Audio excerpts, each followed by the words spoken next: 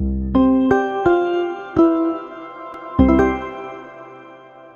everyone, I'm Sarina Fazan and we are talking about the coronavirus. Joining me right now is a doctor that I respect tremendously and I feel can share the message that the Tampa Bay area and quite frankly the nation needs. Joining me right now is Dr. Dan Diaco. You are a plastic surgeon, but you are also one of the primary physicians for the Tampa Buccaneers organization. And he's a lawyer on top of it. Yes, I got to work with the Buccaneers for 6 or 7 years as one of the team physicians, and yes, I'm a plastic surgeon and an attorney. Yes, thank you. And your dad was also the physician for the Tampa Bay Buccaneers for 33 years. Yes, he was. So he brought them to the Super Bowl. Yes, he did. And so the reason why I'm giving your background is because many people know you, but for those who may not know you yet, I just want them to know your history as we talk about the coronavirus. Firstly, I know there's a lot of panic going on about the coronavirus. What would you say? I mean, should there be a sense of calm? You explain in your words. Well, this is a very difficult conversation to have with just one topic because there's so many different things interacting here. There are the safety concerns, and there are the social concerns, and there are the economic concerns, and all three need to be kind of handled individually, but they all overlap. So going backwards, the economic concerns, I mean, we saw the stock market take a dive, all these things are closing, there's a lot of collateral damage from this. And I really do believe that this feeling that we have amongst ourselves right now is not going to get better for a couple of weeks. I think this sort of global calming and depression that everyone's experiencing is going to be present for another 2 or 3 weeks. We're not going to really have any reason to just bounce back and be happy, because as new tests come out and more people are tested, we're going to see a rise in the numbers. It's inevitable. It's impossible for there not to be a rise in the numbers in the short term. In the long term, I think 2 months from now, this is going to be a very manageable, but I think it's going to be more than just manageable. I think 2 months from now it's going to be almost like reflective and saying, we got through it. Just like we got through SARS, just like we got through Ebola, just like we got through the swine flu. Right. Just like we get through everything. But I think 3 things are important. I think prudence, and that is, again, exercising normal precautions. I think exercising good personal hygiene, good interpersonal hygiene, and avoiding crowds makes sense. I think we need to be patient, and we need to let everything kind of do its thing and ride out the storm. And we need not to panic. And I think if we do those things, if we're prudent, patient, and we don't panic, everything will be fine. But it's very difficult when we're being bombarded from every angle about corona. It's very hard to be calm. It's very hard to be patient. But we can all certainly be prudent. And I think as we see these numbers go up a little bit and then start tapering off, and we start seeing that we've reached the apogee of the epidemic in America, and the numbers start going down, like they're starting to go down in China. Mm-hmm. They're starting to go down in some of the other places that got really hot.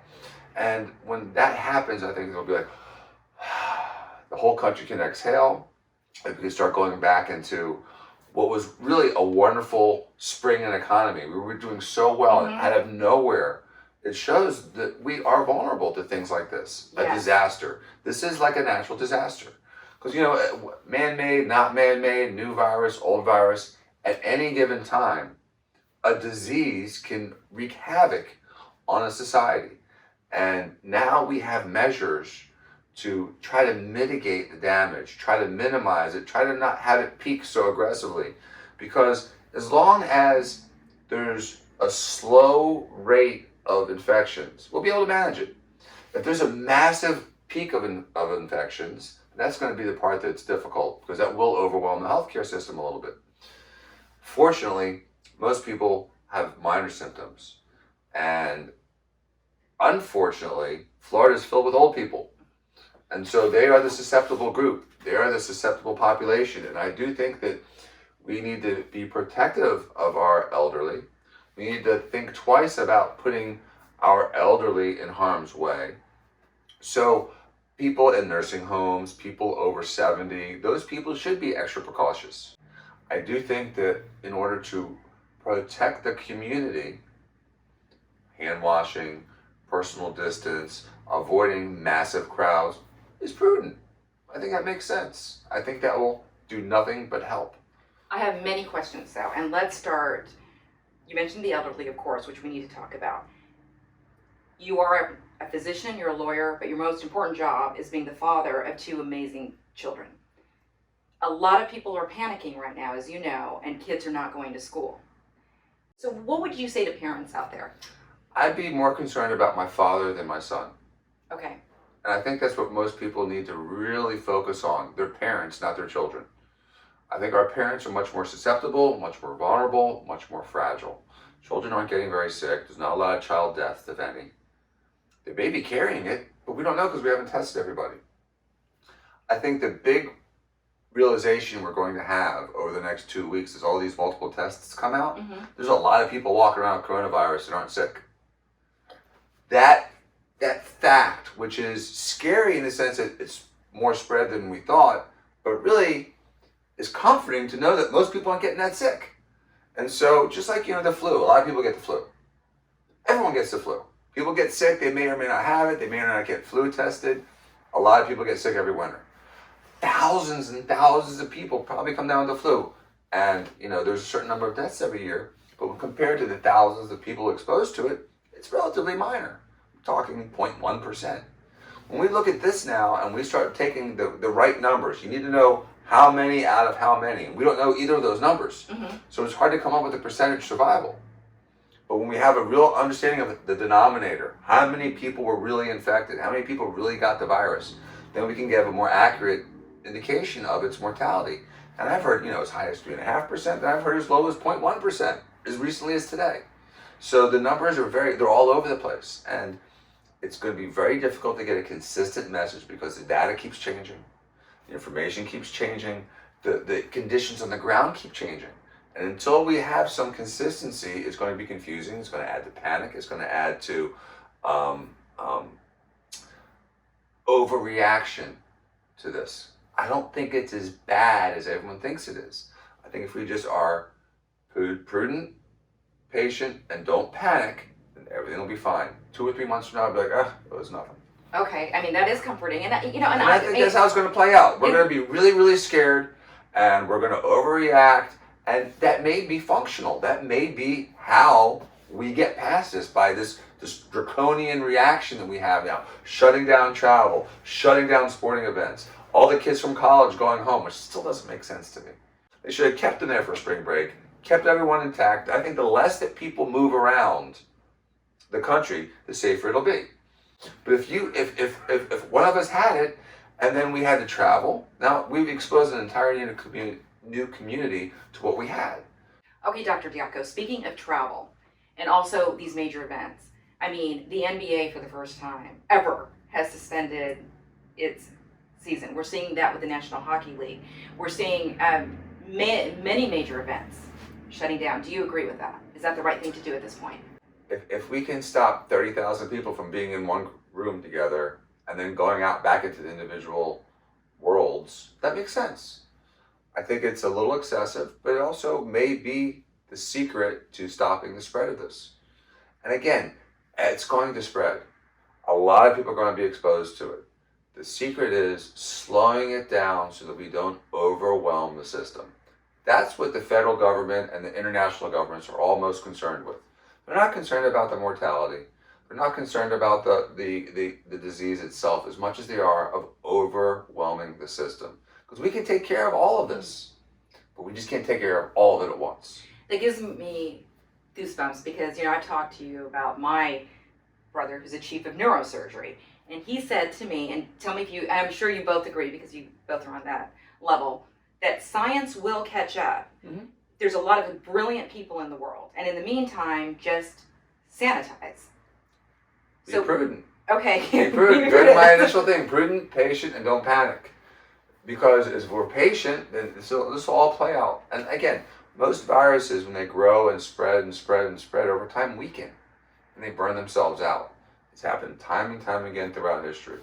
So this virus too will eventually weaken and burn itself out. It's inevitable. So if people are diagnosed with coronavirus or they think they have the coronavirus, the question that I've been getting a lot, I know there's supposed to be a quarantine, but can you just go through that? Like, how can you detect, or you might be concerned, what would you say? I mean, you have a cold, should you get checked? I mean, just walk us through the process. It's still ill-defined. 5 days ago, you had to have a fever of over 100 or 101. You had to have been to one of those places or been in contact with someone from China or Italy or Iran or one of the hot spots they keep talking about. And what the trend of the information is that the criteria to test has been lowered. So now that as more testing packages are coming out, the ability to test more people is improving, and the criteria is lowering the test. We're going to test more people. We're going to have more positive tests. No question that's going to happen over the next 2 weeks. We're going to see a giant spike in the number of positive cases. If you are sick, first of all, limit who you see. Second of all, go seek medical treatment.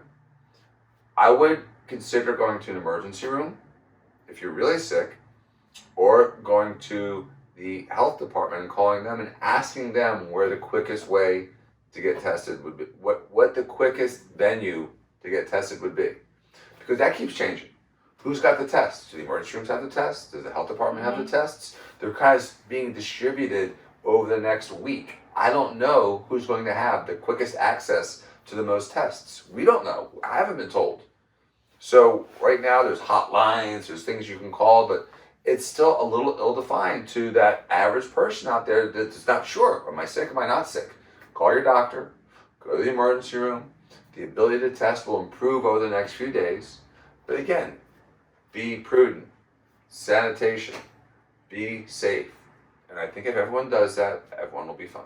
When you talk about, I know clearly what sanitation means, but from a doctor's perspective, does that mean we wash our hands a lot more? We, limit hugs, and what does that mean when you talk about sanitation? We've been complaining about the trend away from social interaction for 10 years now. And I think everyone's got a lot of good practice on how to avoid talking and interacting with people. People have been doing it purposefully and intentionally for a lot of years now. So now's the time, stick to Facebook and avoid the friends in person. And I think now's the time to watch it on TV instead of go to the event. And now's the time to just sort of sit back, enjoy your house, enjoy your family. Spring break travel plans most of them have been canceled.